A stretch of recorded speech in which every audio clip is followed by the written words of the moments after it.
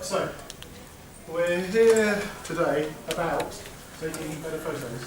Now it says without DSLR, but to be honest, it doesn't matter what you're taking your pictures on. Be it a phone, tablet, compact camera, DSLR, it doesn't really matter. The best ways to get better pictures is to do what it says on this list. Take control of a camera, see the light and work with the light, work with your compositions, and then concentrate on details. And then once you've taken pictures, do some post-processing. Because what tends to happen is that most common photos tend to be just taken in the hall with a quick snap and then just uploaded to Facebook. Which is nothing wrong with that. Absolutely nothing wrong with that. But you can get better photos, especially by taking control of the camera. Now, this isn't the best setup for looking at pictures. Because what I've noticed is that it's on a projector and the lighting goes a bit wavy because the projector's not completely flat and they're not particularly illuminated well. I've turned up the brightness on the screen, but it still doesn't project very well. So I apologise for the quality because it's not exactly as they should appear. Right, so before we go too far, I'll just tell you about who I am first of all and what I've done. So I started taking pictures back in 1975 when I was at school. So I started senior school, and we had art classes, and they gave us a camera, and they gave us film, and they said go out into the town, which is great, because it meant we didn't have to be in school, and just take pictures and come back, and then we'd develop them in the dark room, and I was hooked by that. Putting the pictures into the tank, seeing the film develop, hanging up with prints to dry. But I first started taking pictures of cosplayers in 1976. Now, it wasn't called Cosplay then, but my dad used to take me to Amecons in London. So I was about 11 years old, and I was already taking pictures of cosplayers. So a long time ago, things haven't really changed that much. There's a lot more people cosplaying these days, which is great. I've been doing it for a long, long time, unfortunately. And I've been to conventions everywhere. Been to conventions across the UK and Europe. I lived in America for a while, went to sci-fi cons out there, and I was a guest at a convention in Japan. So I've been taking pictures around and about. 3 years ago, I opened a studio up in Manchester. So if any of you are up in the northwest, drop me a message and pop into the studio, because I do a lot of cosplay photos in the studio there. But this year, I sold my DSLR. I've been running it in tandem with using smaller cameras for about 3 years. And I decided that I didn't really want to carry the weight around anymore. And to be honest, the technology in these smaller compact cameras has moved on, and the DSLRs use a lot of the old mechanical technology that used to be in film cameras, mirror boxes, and they're big and heavy machines. Whereas if you're shooting now with modern technology, do you need all that mechanics in there? If you're shooting sports or things moving fast, then the mechanics still work better than the electronics. But if you're doing portrait photography, which is what I tend to do, you don't need that speed, and you get just as good quality out of the smaller compacts. So earlier on this year I sold off all the rest of my DSLR gear. The idea was that it'd be lighter to carry around, but then what I ended up doing, as you see in the back, I've got big lights now, and they're carrying those instead. So I'm carrying more weight than I was before, it's just I'm not carrying big heavy cameras anymore. So best of plans. Plans never work. Plans never work. Right, so this is where I'm normally found, in the studio, big lights, boards to mask the light, big vinyl backgrounds, similar sort of thing to what Bouncy's got set up as a mobile thing in the room just across the way. Just taking portraits, family portraits, group portraits, whatever anybody will pay me to take. But I'm not doing that. I'm out in Manchester teaching off-camera flash photography. I help out at a photography academy, and I specialise in this sort of stuff. So that's me, and that's what I do. The cosplay stuff though is the fun, because I enjoy taking the cosplay stuff. I like working with cosplayers, and I love the outfit. So that's why I've been doing that for so long. Convention photos. That was taken as insomnia, as it says on the bottom, in the convention hall, people queuing up for the masquerade. So this is the hall with people all around, but what I've done is I've killed the ambient light by using those two big lights to sort that.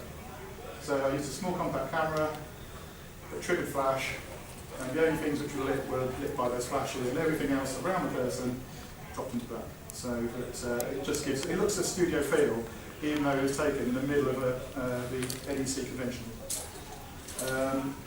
That is a similar sort of thing, but it's taken at London Super Comic Con. So I set up the two lights by the exit to the DLR platform, and then just people came along, I said, can I just take a shot? And then just the only things which, once again, you can see where the light hits them, but everything else just drops to black around. So that's the sort of photography that I normally do. Headshots in the studio, environmental portraiture, that was at MCM Expo, I seem to remember. But that's what we're here to talk about today. If you just pick up a camera and take a snap, more often than not, that could be what you end up with. And that's because cameras are dumb.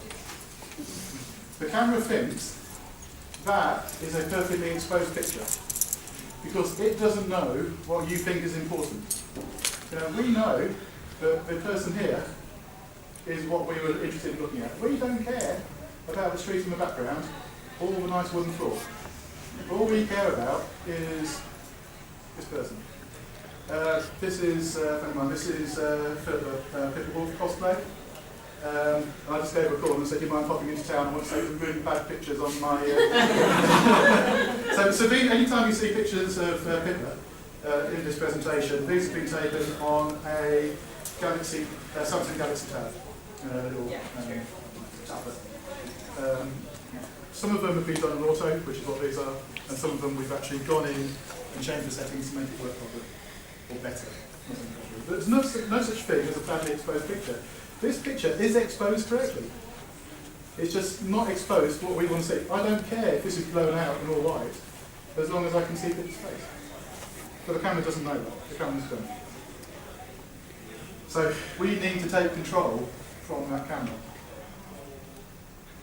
There are 3 different settings which give you control. Aperture, shutter speed, and ISO. And I'll go through and explain what each of those are, because that is what makes a difference. So, here's a picture from Doki Doki in Manchester. And this is about the aperture. So the aperture are the blades in the lens. So if the blades are right open, you get lots of light coming through, and it's all about light. We're going to talk more about light later, but it's all about light. So, but if we get lots of light coming through and the aperture's wide open, then you get very, very shallow depth field. So if you look, face is in focus, this gun, which is about the same distance, is in focus. This gun, which is being held towards me, is out of focus, as is the background. Now, I shot that because that's what I wanted. I didn't want the background to be in focus, because I want people to notice and concentrate on Bayonetta. Not the fact we're in a sports source. Right. The numbers don't really matter. The fact is that, okay, I'm shooting wide open, which means there's lots of light coming through, and for some reason, wide open is a small number. The counter side of that is that if you have a narrow aperture, you don't let much light into the lens, you get a very deep field of view. So everything's in focus from the front to the back, but there's not much light coming in. Right, so it's going to be a balancing act. So this is how aperture works. The next thing is the shutter speed. So we're going to have 3 variables, and we're going to play around with 3 variables. So we talked about aperture, gives you your depth of field, but controls the amount of light as well. The shutter speed is how quickly the shutter opens, lets light in, and then closes again. If it does that very fast, then movement is frozen. So you don't get, if you're holding a camera, it's only, say, press the shutter speed, and it holds it open for a long time, so there's lots of light in, then you might get a blurry image because you can't hold it that steady for that length of time. Whereas if you do a very fast shutter speed, you won't get any blur from shake, but you won't get much light coming through either. Now, in this picture, you can see blur lines all around here. I think this might be an Amecon, actually. I can't remember. But I think this might be an Amecon when it was a lesson. So it's quite a few years old. But this wasn't me shaking, this was because the person was walking. So this is a quick grab shot when they're walking, and because the shutter speed was quite slow to let enough light in to take a picture, we've got some blur. Not enough to make it unusable, but we've got some blur in the image. Right. Sarah here. Right, so Sarah sent me some pictures as well to use to illustrate some items as well. And this is ISO. Now, I had to look up, because I couldn't remember what ISO stood for. It's called International Organisation of Standardisation. Doesn't matter, who cares. It's about how sensitive that sensor is. So when in the old film days, if it was a bright sunny day, you'd get 100 ISO film. And then if it was a dark grey day or shooting inside, you'd get an 800 ISO film. Now, the difference is that if it's a low ISO number, then the images are very clean. But it's not so sensitive to light. So you need more light. Whereas if you have a high ISO number, you don't need to get so much light to get the usable exposure, but you'll get some noise in the picture. Now, I don't know if it's that clear on here, but if you look around this picture, it's quite grainy. There's a lot, it looks dirty even. And that's because, to get this exposure, the camera has automatically increased the ISO to get something which is usable, but by doing that, it's got some grain in the image. Once again, it doesn't matter. It's still a completely usable photo. You can see everybody, you can see their costumes, so there's nothing wrong with it. It's just that's another one of the three variables you need to consider. Right, so here's another one of Sarah's images. This, I just wanted to briefly talk about the impact these things we talked about has on focus. So, if you look here, we've got a bit of a fuzzy image. This is, oops, that is perfectly in focus there. That is just slightly out of focus, and this is very out of focus on here. Now, sometimes it's caused because you're actually focusing on the wrong part of the image. If you just leave the camera completely in automatic, you point and you push your button, the camera's going to decide what it thinks is what you want to focus on, and you won't always be right. Sometimes it could be that when you chose your shutter speed to get enough light in, you chose one too slow, so you've got some fuzziness from the shape, as we were talking about before. Or it could be that when you set your aperture, and I said you can have a wide aperture to let lots of light in, you get a very shallow depth of field. Whoops, I'm going to get back to that. Now, I think from this picture that the reason they're not both in focus is because of that. I think the aperture for this was too shallow. Because I think this person is standing closer to the camera than this person, and the aperture is very wide open to get enough light in, which is why this person's not in focus. Now, if we remember back to the picture we had where we're all standing in a row, there wouldn't be an issue with that because they're all the same distance from the camera. So if one person's in focus, they're all going to be in focus because they're the same distance apart. But in this one where one person is slightly closer, I think, to the other person because they're standing sideways and one's face on, and I think it's a very, very shallow depth of field, which is why you've ended up with one person in focus and the other one not in focus. Like I said, both, they're all usable pictures. It's just a case of, what do you want and can you get it slightly better. So this is another picture, no flash, no light, taken at Buckingham. Once again, we've used a shallow depth of field to let the light in. We've kept the speed relatively high so we don't get any shake, and we've managed to increase the ISO so we can get just enough light but not enough to get any noise. So once again, because of shallow depth of field, the sports hall is all blurry and there's lots of people in the background but they're not too distracting, but hopefully the person themselves are in focus. And the same way. So once again, you can see how busy pictures are behind, but the person themselves stands out because you're using a shallow depth of field to get the light through to them. Now, once again, you have to be careful because if you go too shallow, you can find that the person's, say, nose or eyes or something are in focus, but then the rest of them aren't. I've missed the picture I wanted to include today, but I couldn't find it and I was looking for it. But I got one picture where there was a lady where her cleavage was protruding, and her cleavage was completely in focus, but her face wasn't. couldn't find it. But that's obviously the camera's decided that the closest object is what it wants to focus on. It's a very shallow depth of field. But yeah, if that's where you want to get hits on your Facebook or likes and things, fine. But you might want to consider focusing on something else. But once again, that's you wanting to focus. I'll talk about phones and tablets and concentrate on those for a second. Now I found that if you try and use the default programs, they just want to make things simple. So anybody can just pick up the iPhone, pick up the Android, push a button and take a picture, which is great. But if you want to take control, there are lots and lots and lots of apps out there. I found on my iPhone that one of the best ones was Camera Plus. This is one of their production shots advertising it. It's a nice clean interface. It's a touch screen to show what you want to focus on. You just push a button up and then push it along to choose your aperture or choose your shutter speed.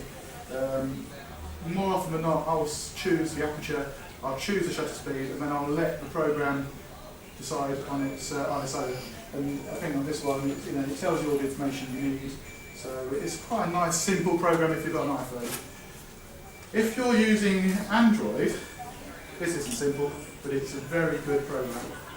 This is what I was using on the Galaxy Tab for the shots I've taken on that. It's a program called Camera FV5. Strange name, no idea why. But it does let you control everything. So you've got the ISO here has been set to auto. This is another production shot. It's shooting at quite open f2.2, and the shutter speed is 120 per second, so it's a fairly fast shutter speed. So once again, it's allowing you to control everything and displaying it so you can see what you're doing. So with this, you really can go in, set up what you're doing, click on the picture to show where you want to focus, and choose all the settings rather than the camera deciding what it wants to do. So I would really recommend, if you do want to do pictures and you're using a tablet or you're using your phone, download one of these apps. There are lots of apps out there, different ones are going to suit different people, so find one which you find easy to use. But that setting the aperture, shutter speed and ISO is the key to trying to get your exposure right to what you want and not what camera thinks you want. Like I said, the exposure's never wrong, it's just it's not doing what you want the exposure to do. But that's only part of the puzzle. Part of it is taking control of the camera, and the other one is seeing the light. Now, really there's two sorts of light. There's either light which is coming straight at you, it's direct, it's hard. Sun on a sunny day, when we get the sunny days and there's no clouds in the sky and it's noon and it's coming straight at you, you've got really dark shadows, that's hard light. The opposite, what we tend to get in the UK, especially up in Manchester where I am, is it's cloud all the time. So the sun comes through the cloud, it's really soft light, but there's still got enough light to actually light the subject. It's best to shoot outside on a cloudy day. If you're not including the sky in your shots, then you're going to get soft, low light. This was taken at the traffic centre in Manchester, just outside the traffic centre, on a cloudy day. So there's no flash here again, it's just a picture shot outside, just with the sun coming through the clouds. So you don't need to have lights if it's a nice cloudy day, which we tend to get a lot. The sunny days are the ones which are a bit rarer. Now, I was with Pippa doing this shoot. We're in a room. She looks at me. We've got sun coming through the window, but the camera takes that. Now, all we've done to move from a picture on the left to a picture on the right, well, we've done two things. One is we've turned Pippa's face towards the window, so that when the light's coming through, rather than just hitting the side of her hair, it's actually hitting her on the forehead, along the nose, along the head.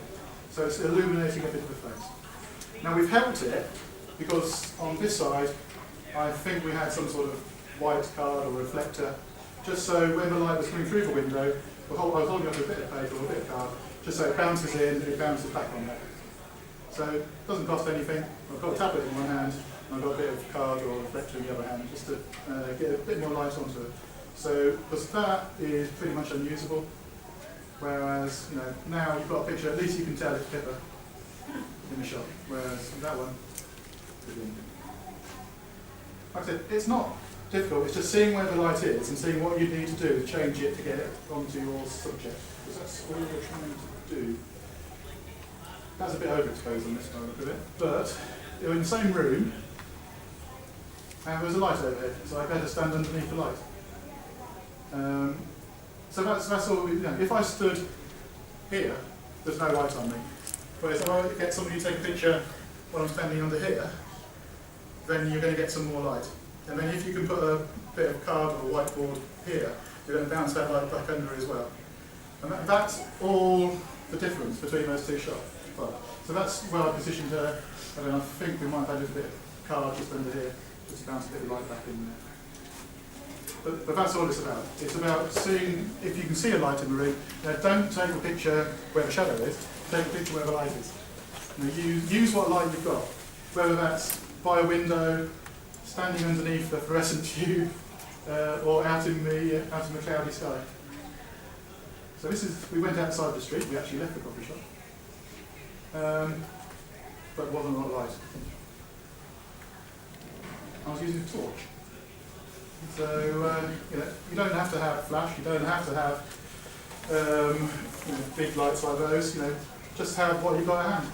So torch in one hand, camera on the other, and that was the same set. Oops, go back here. That was the same setting here as here for the actual camera phone, or the tablet, I should say. But on this one, there's a torch and a camera. So it's just simple ways to see what can we do to get a bit more light on the subject. Because all of those things I was saying before about the aperture, the shutter, and the ISO. I don't want the ISO to be too high. I don't want noise in my picture. But then I don't want the shallow depth of field too much, and I don't want the shutter speed to be too slow. Because if I have too shallow depth of field, it won't all be in focus. If the shutter speed is too slow, I might get blur. If I get the ISO raised up, I might get noise. So the only other way to get the picture exposed as I want it without increasing all of those and risking the dangers is to use an artificial light source or finding somewhere else with light. So that was the Manchester Film and Comic Con. The car park, as people were leaving. So there's me on the ground. I think that's the face of despair. So this I am actually using flash. But you can get little light panels from eBay or Amazon for about 20 quid.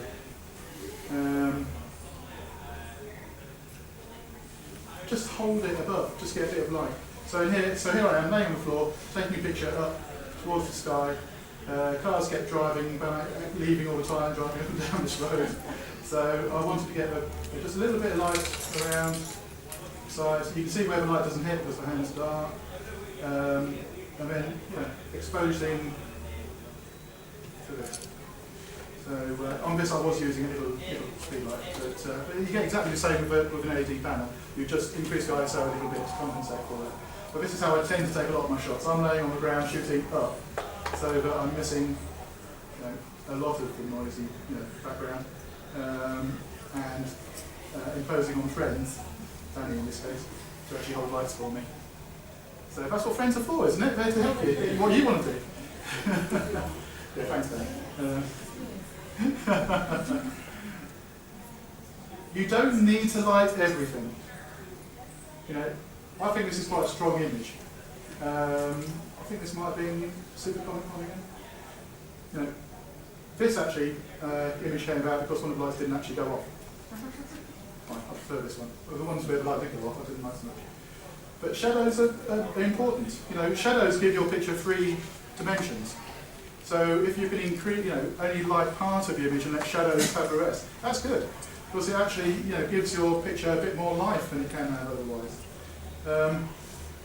I think in your panel later on, you're talking about shadows and lights. Yeah, okay. So don't forget to come to Kimberly's panel after the opening ceremony, because there'll be a lot more talk about that later, I'm sure. Right, so let's go back to this picture. So this is the camera's automatic exposure, which, like I said, it's a good exposure, but I wanted to see further. So this is the same place. I turned around slightly, but it doesn't make any difference. And I just exposed for. Oops. I exposed for. I think there's face. Now that's blown out of the background, but to be honest, that's not the important part of the picture. You know, I don't care that I've blown out all this. You know, because I want to take a picture go further. So if when I leave it to the camera does that. But if I go in and say no, I change what I want with the exposure, then I can get this. The camera thinks this is a completely bad picture because it doesn't like the fact that this is all blown out white. But you've told it, I don't give a shit. I want to do this. This is what I want. I want to see Pippa. I don't want to see this building in the background because I don't really care what it is. It's actually a craft centre. But right. So once you've got exposure, you've seen the light, then it's a case of how do you put your people into the scene. And I think this is going to have a bit dark in this projector, so this can be a bit dark. So that's another one of Sarah's pictures. It's a real shame she hasn't managed to get it yet. Right, and that's the picture I took in the same place. Now, if we look at this picture, isn't badly exposed. There's nothing wrong with it as far as illuminating person. You can see here, we've chopped off an arm at that point. I don't have a problem chopping off limbs. You know, we've chopped off the legs there, we've chopped off the legs there. It's not really an issue. What you want to do is make sure you've got the main part of your image that you're interested in the shot. Now, one of they say rules of photography. I don't like the word rule, but eyes are drawn to certain things in an image, and one of them is thirds. You know, if you can get anything sitting on a third, your eye is more drawn to it than if it's sitting in the middle of the photo. So if you can get somebody standing on a third, your eye tends to be more drawn to it.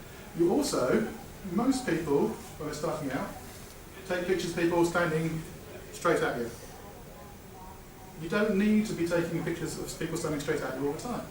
Now I asked this person here to turn to show you their back and then twist around a bit because actually I wanted to see their tail. I think this was Victorian marble, wasn't it, for shoot? So obviously you've got Nightcrawler in the Victorian outfit, standing behind a Victorian warehouse. But that's it. So you don't need to be face on. And if you try and place your subject on a third, it can draw the eye to that subject. But like I say, the rules, I would probably say that I've got as many pictures where my subject is straight on as they are at an angle. I've probably got as many pictures where the subject's in the centre, or probably more pictures of the person in the centre than I have on a third. But they're the sorts of things where you can make your picture a little bit more interesting. But also, be aware of your background. So, is your eye drawn to Pippa? Is your eye drawn to the no fouling? Is it to the bins? You know, that's the kind of meme. Yeah. There's nothing wrong with this as a picture. You know? It's exposed. We can see Pippa. We can see her thinking, what the hell am I standing underneath this sign? What is he making me do now? There's nothing inherently wrong with it. She's on a third. You could easily crop that, surely. I could. I did this on purpose, so I still made a stand there to take the shot. but that's it. It's being aware of your surroundings. You know, see, because what you don't see is what's behind somebody. What you often see, you take a shot and you've got things poking out of their heads. Now this is obviously an extreme example because it's a no fouling sign, but you'll see it all the time. You'll see somebody else behind them, things sticking out. You'll see lampposts sticking out. You'll see tree branches sticking out. So you know, look for a clean background. So here, we're standing by these steps, but there's this brick wall here. So we just stood by the brick wall and took a picture. So that's just exactly the same place. You know, literally just standing here. But, you know, and I'd probably crop that so I wouldn't see this black line along the bottom where the brick colour changing, you can see this there. But it's not so distracting, because you don't want it to be distracting. You want to concentrate on what you're trying to show in person. So if you're trying to show people pictures of Pippa, you don't care about steps, you don't care about walls, you definitely don't want to have all this signs in the background or bins. So find the plain background. So it's like outside today. You know, do you take pictures on the steps? Or do you take pictures with one of the plain walls, one of the buildings behind you? Or do you take pictures with the trees and things behind you? You know, if you're taking pictures on the steps, they're going to be, it's great, you know, it shows you at an event. But if you want to take pictures of a cosplayer showing off her outfit, then really, you keep missing a pointer, it's right next to the button to change slides. You really want to try and find somewhere where you can do a plain background and a person, so that the eye is drawn to the person and not drawn to what's going on in the background. But like I said, I phoned up APERTURE and said, are you doing anything? Let's pop into town, I want to take some crap photos. So when I was then standing here underneath signs with fouling and stuff, that's what she's going to expect from me. You can find a plain background, or there's lots and lots of people in it, then do something else. So this picture is MCM Expo on a Saturday. So if you go to London Expo on a Saturday, it's a bit busy. So this one, once again, I'm laying on the ground, taking a picture of Mojo, looking at the Mojo, and once again we've got the typical British weather, so it's just grey clouds in the background. So in theory that's made it a nice white background, like it's been in the studio or something. But that's outside in the by the main entrance of MCM Expo at the Excel Centre. Now, you also need to consider your angle to the person and the way the person's looking. So in this shot, I'm looking up at Mojo. Oops, that's sorry, I didn't show you. But she's looking this way. Now, if she'd been looking down at me, that would be quite domineering. So if I go on to the next one, this is the same thing. I'm laying on the floor taking a picture up at her. You can tell on that, so you can see the OT in the background. But I think it was getting about rain then, so you've got a very dark sky behind. But even though she's got the helmet on, you can see that looks more threatening, not just because of the gun, but because her head's down, looking down towards me laying on the ground. So that's a more commanding position, because she's looking down at me. It's the opposite. If you get somebody, I think Ellie's my age. Ellie was sitting on the ground this morning in a Sakura outfit, looking up at me. And that's a more innocent pose then, because if you're looking up like that, and I'm taking a photo from above, it gives the opposite of this. This is commanding, and they're in charge. Whereas if somebody's down looking up at you, then they look more innocent. It's just how your mind works. Similar sort of idea. We've got, I think this is a typical Excel centre shot, isn't it, with metal shutters in the background. You can see the fact that we're on this projector by the fact these lines aren't straight lines, they're wavy lines on there. And I think that's because the projector's like this on the projection screen. But we're standing almost on a third here, I believe. The lines are all converging on her, so they're faster lines this side than they are on this side.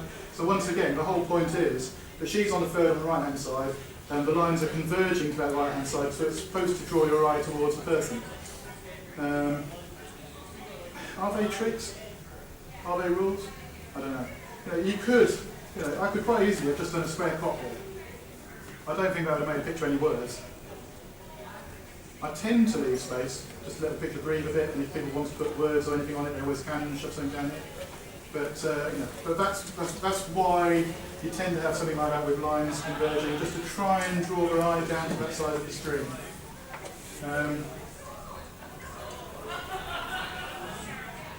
Right, so Simon's here inspired shoot we did.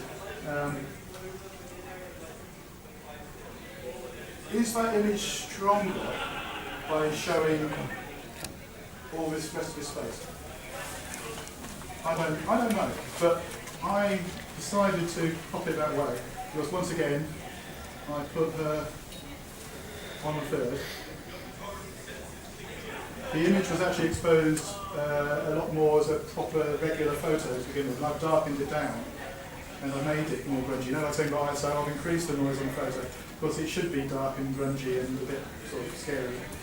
And I also shot it at quite a shallow depth of field, so her hand here pushed up against the glass is in focus, whereas anything further behind the glass is out of focus. So you're not just controlling your aperture and your depth of field through exposure, but you're also controlling it for what sort of effect you want to get. So if I cropped a picture, just done square crop around there, or a picture with just around that side, I don't think it would be such a strong image. I think it's stronger because it's got more space to breathe. More isolated. Yeah. Which is the point of some of them. Yeah, no, absolutely. Yeah. Now, sometimes you have no choice. We've actually gone to, this is Tia, we've gone to shoot, and there's some Roman ruins in Manchester, and we're going to stand up on the sort of battlements and take a Attack on Titan picture of the day. It seemed quite a good place to do it. It was pissing down. So we have to have a briefing. So we're just standing underneath the train tracks, underneath the train tracks, just to get a shot, had to use artificial light because there's not enough to go around. But once again, you know, I don't want to use a completely white or plain background, because if you're doing that, you might as well be in a studio.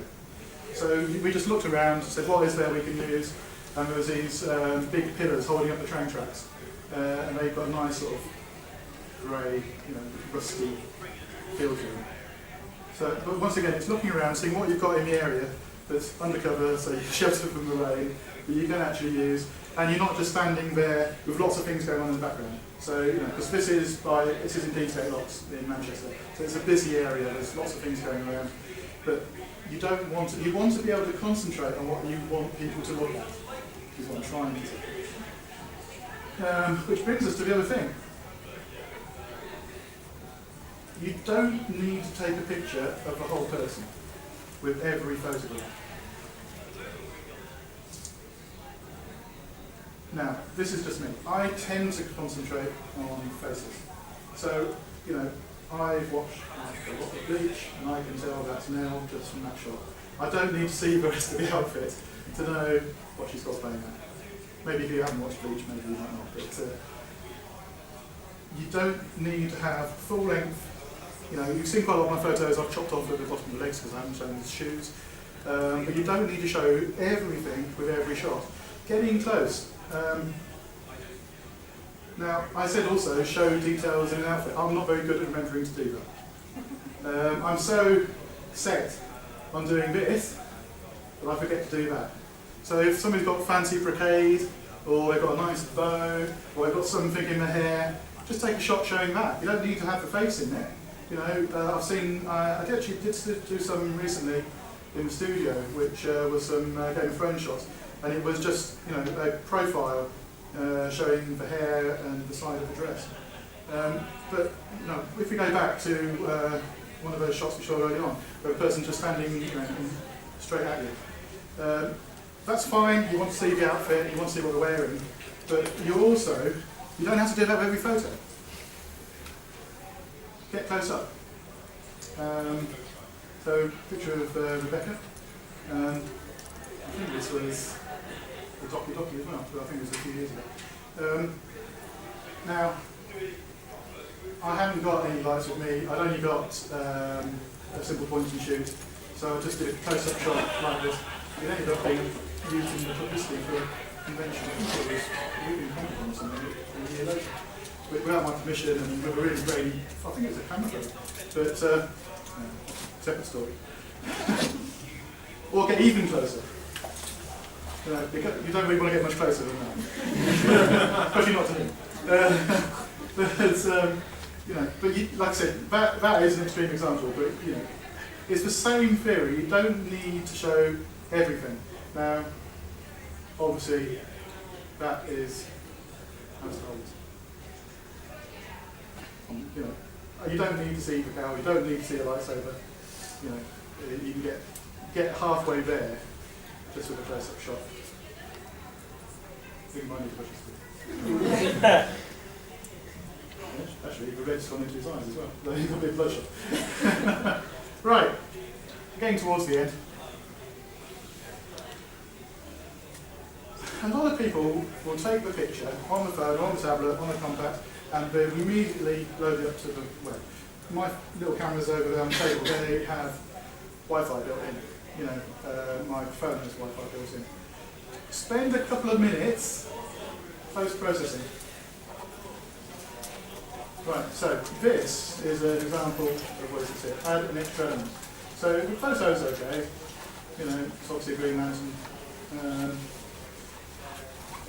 But this, I think it's an app on my iPhone to add in light rays. And I think, okay, so we just got some light rays coming out from her lantern ring. adds a little bit extra to the image. It doesn't take more than a couple of seconds on an app on the iPhone. You can also use post-processing to emphasize part of the image. Maybe brighten part of it, maybe darken something. You can also remove distractions. Now, that could be cropping bits out of the picture you don't want to be in the picture.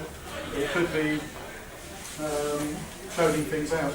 You know, the two programs I would probably recommend are Snapseed, if you've got your phone or tablet, or well, I think you get it on the desktop now as well, which is from Google, or there's Photoshop Mobile, which I must admit I've not used. But you can do lots and lots of things on your phone or on your tablet. They're not expensive, just a couple of quid. I think Snapseed is probably free. And it can make a huge difference to your image. You can lift your exposure a bit if it was a bit dark. You can enhance the colours if it was a bit dull. It can make such a big change, and it doesn't take very long. Now, I must say though, I'm not a keen fan of filters. All your Instagram filters and things like that. Really, that's not my thing. I understand there's something called prism. Yeah, not my thing. I know a lot of people like it. Alright, so here's another photo taken straight out of the phone. Sarah. I said all of this happening there is it's being cropped. So I've taken it from a landscape picture and I've just cropped it to a portrait. I haven't done any other changes to it, but I think on here you're a bit lost in the image a bit. Whereas if you just spend a second just to crop it into a portrait format, I think that then emphasises the people a bit more. Whereas here I am, a bit of an empty space with just a couple of people sitting in the background. So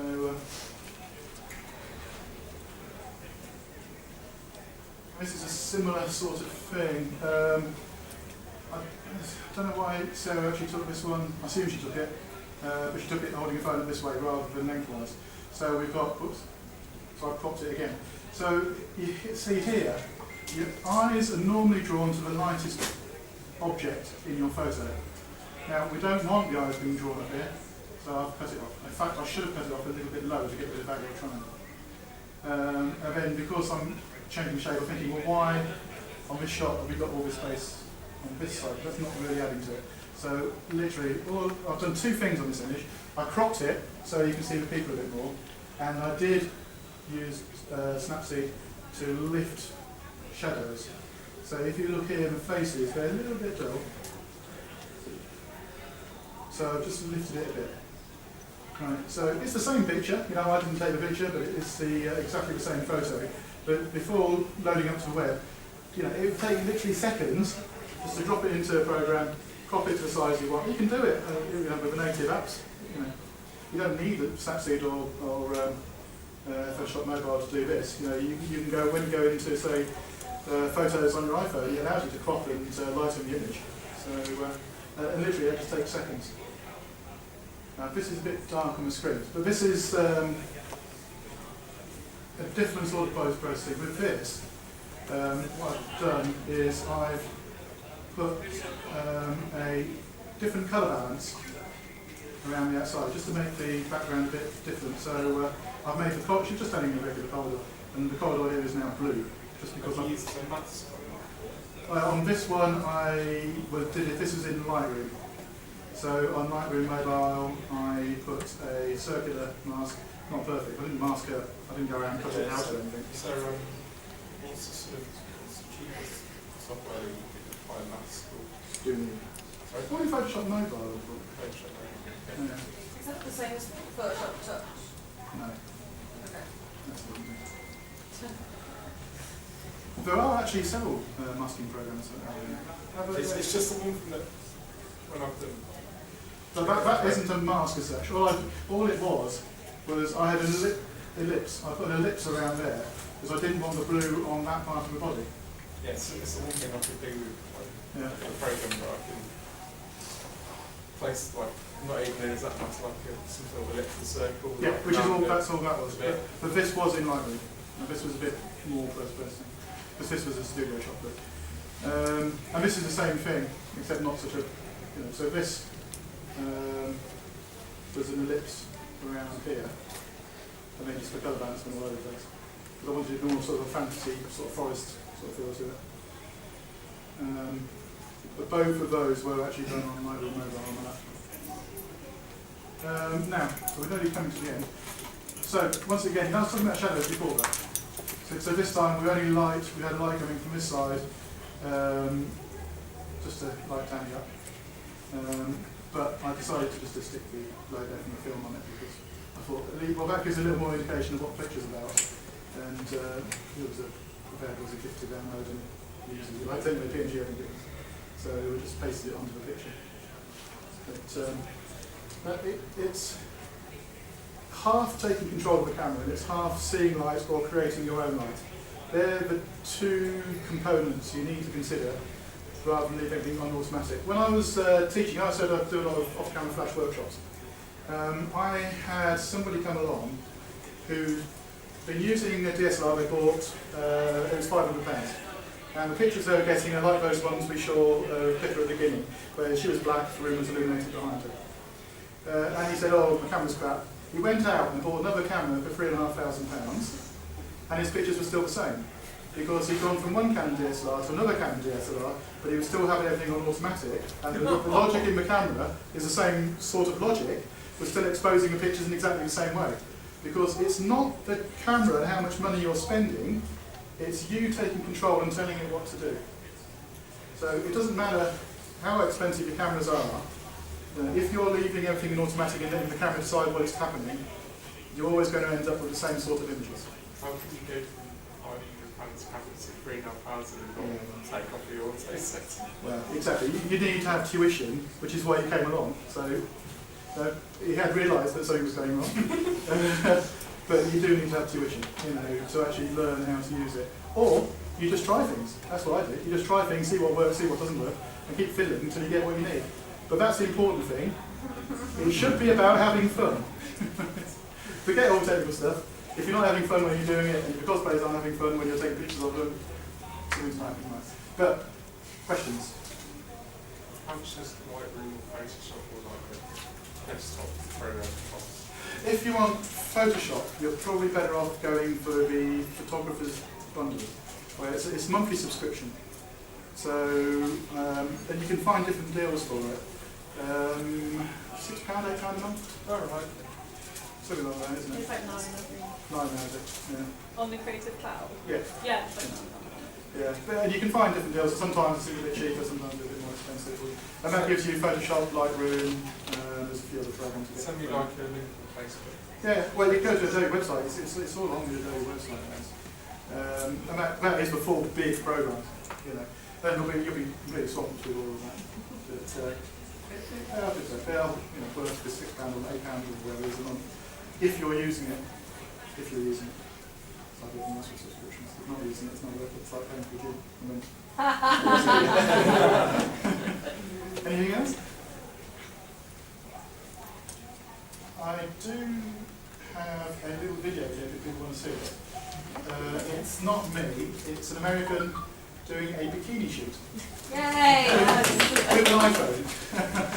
So I'll just see if I can. I just want to say thank you, especially to Pippa for letting me take crap pictures of it, and to Sarah for giving me the other photos we did. Alright, let's see if I can use this. It's obviously not auto playing, but I think I've got it on the desktop here. Did you really think?